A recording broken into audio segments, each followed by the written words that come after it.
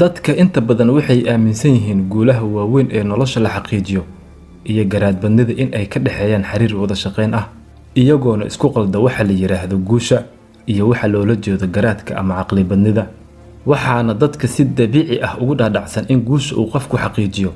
ay ku xiran tahay heerka garaadbadnida caqligiisa balse runtii wax ka dhaxeeya oo xiriir sidaas ah ma jirto imisaad aragtaa maalin walba dad aad la yaabto caqligooda iyo fikradaha maangalka ah ay leeyihiin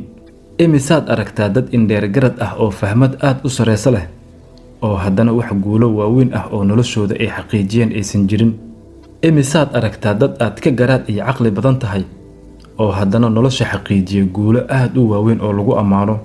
haddaba waxaad ogaataa in guushu ay gaarkeeda u tahay guul caqliguna uu gaarkiisa u yahay caqli aysan waxyaabo badan iskaaga xirneen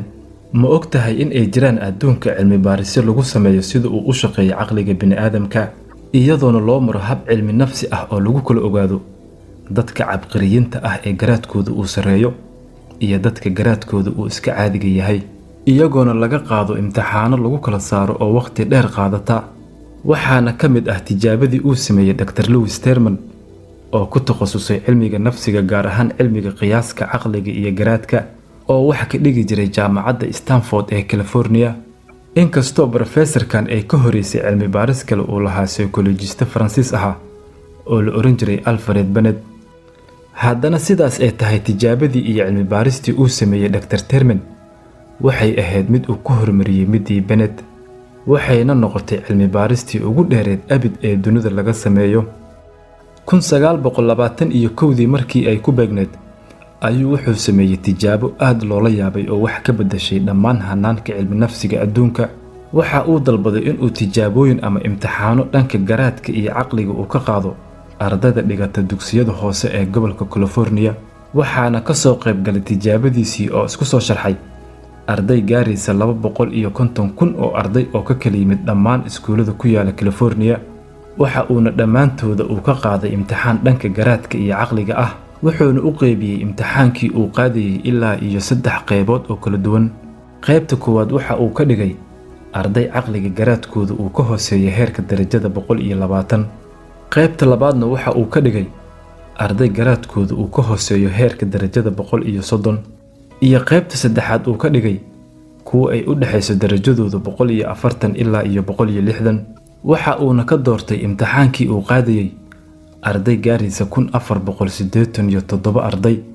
oo dhammaantooda darajadooda u dhaxaysay min 140 ilaa iyo 160 darajo mana jirin kooxdii uu doortay hal arday oo ka hooseeya darajada 140 kadib waxa uu mid walba oo ka tirsanaa kooxdaas uu dhinaciisa ka raacay noloshiisa gaarka ah waxaana loogu magac daray cilmi baaristii termites waxayna noqotay cilmi baaristii ugu caansaneed dhanka cilmi nafsiga adduunka ee la sameeyay tartan kasta oo ka dhacaya California ha ahaado dhinaca dabaasha orodka fanka qaybihiisa kala duwan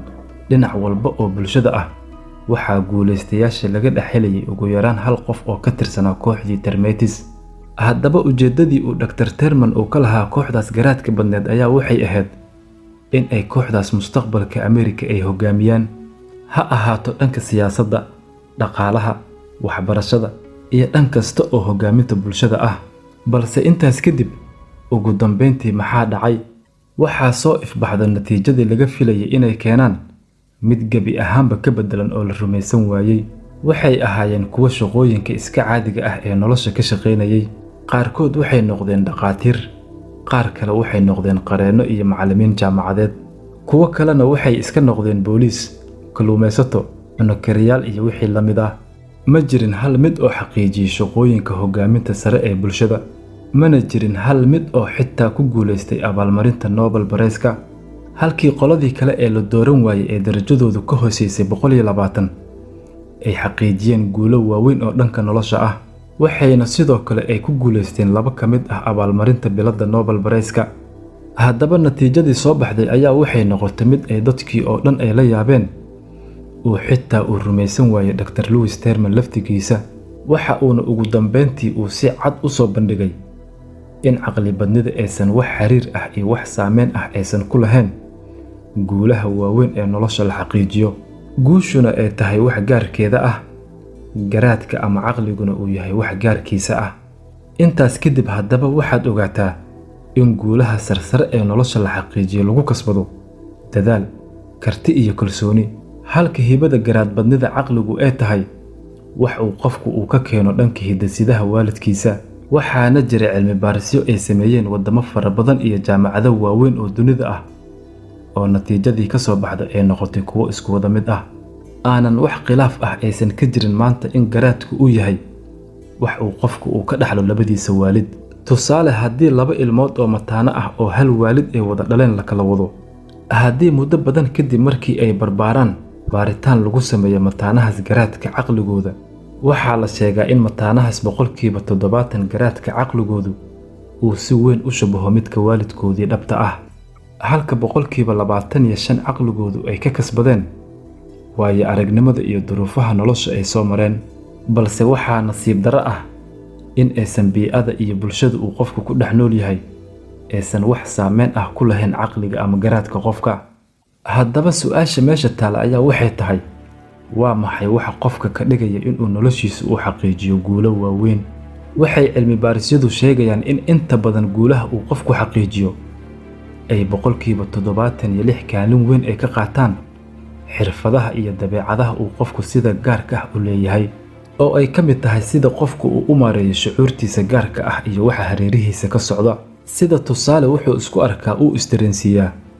inuu yahay qof awood u leh inuu wax hogaamin karo. wuxuu aaminsan yahay inuu yahay qof karti leh oo kalsooni ku qaba naftiisa. wuxuu ku dadaalaa siduu yoolkiisa ama hadafkiisa uu ku gaari lahaa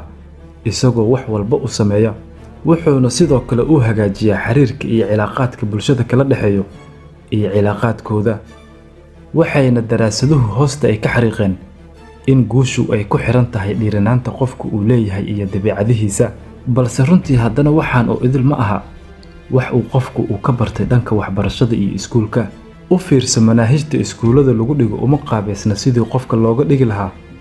mid u carbisan inuu noqdo mid guulo waaweyn nolosha ka gaara. ma baraan siduu qofku ku noqon lahaa mid ku wanaagsan wuxuu isagu ku wanaagsan yahay. ma baraan siduu hoggaanka noloshiisu isagu uu u qaban lahaa. balse waxa keliya ee maanta iskuulka laga barta ayaa waxay tahay xoogaa yaroo Ingiriis ah, xoogaa yaroo xisaabaad ah, wax yar oo arrimaha bulshada ah iyo wixii la mid ah. haddaba si walbay ahaataba, garaadbadnidu wax saameyn ah ay ku leedahay guulaha qofku uu xaqiijiyo ma jirto.